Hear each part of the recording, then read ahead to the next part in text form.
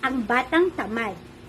Si Mito ang nag-iisang anak ni na Aling Sonia at Mang Pedro.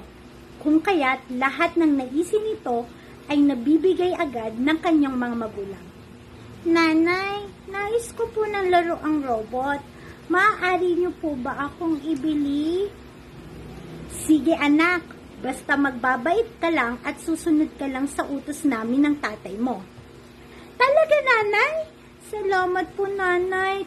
Tuwang-tuwa si Mito dahil naibili siya ng paborito nitong laruan. Ang saya-saya! May bago na naman akong laruan! Whee! Kinabukasan, habang naglalaro siya ng paborito nitong robot, ay inutusan ito ng kanyang nanay. O Miko, maaari mo ba akong ibili ng toyo at suka para sa mga lulutuin kong adobo? Naglalaro pa ako. Nanay, baka pwede kayo na lang. Kayo na lang po ang bumili ng toyo at suka. Dahil sa patuloy na kanyang paglalaro, ay hindi ni Miko sinunod ang kanyang magulang. Nagpatuloy lang siya sa paglalaro.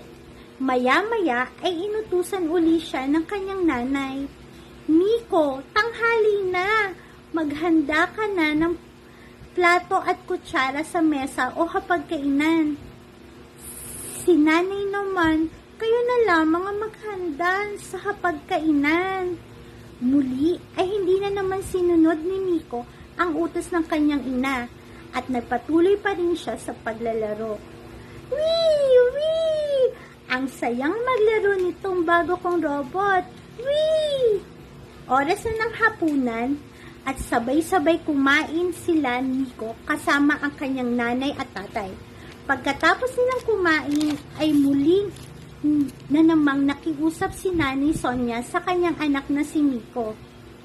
Miko anak, ikaw na ang mag-ayos at maghugas ang pinagkainan natin ito. Naku nanay,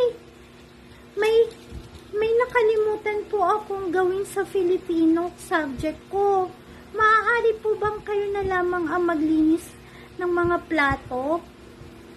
O sige anak, ako na ang maglilinis ng ating mga plato. Hinggil sa kaalaman ni Nanay Sonia, ay patuloy pa din ang paglalaro ni Miko at nagsisinungaling lamang ito sa kanya. Nakatakas na naman ako ng mga hugasin. Hehehe. Ayaw kong gawin ang mga gawaing bahay. Mas masarap mas masarap pa maglaro. Sa pangatlong pagkakataon ay hindi pa din sinunod ni Miko ang kanyang Nanay Sonia. Kinagabihan, habang si Miko ay natutulog, ay napanaginipan niya ang kanyang robot. Ayaw ko makipaglaro, Miko. Hahanap na lang ako ng ibang kalaro. Ha? Bakit naman? Mas masaya kung lagi tayong magkalaro.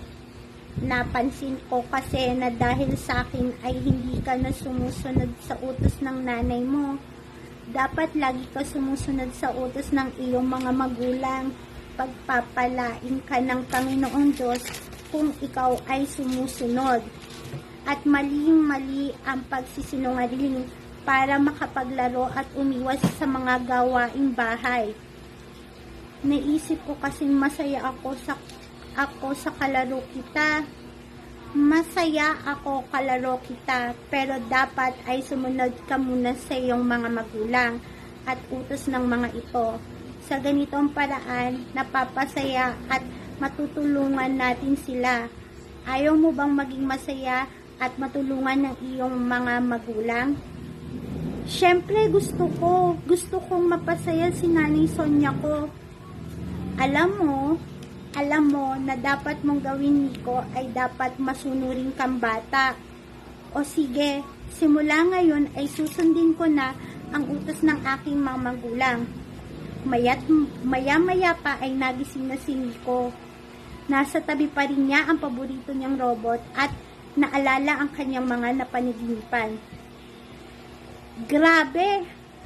Ang napanaginipan ko, Tama ang robot ko. Dapat lagi akong sumunod sa aking mga magulang. Mula ngayon ay magiging masunuring bata na ako. Bumangon si Miko, nagwalis agad siya sa kanilang bakuran. Agad na rin siyang sumunod sa utos ng kanyang mga Nanay Sonia, kaya naman bakas ang saya sa mukha ng Nanay Sonia niya. Dahil sa pagbabagong naganap kay Miko, muli ay nakipaglaro si Miko sa kanyang robot.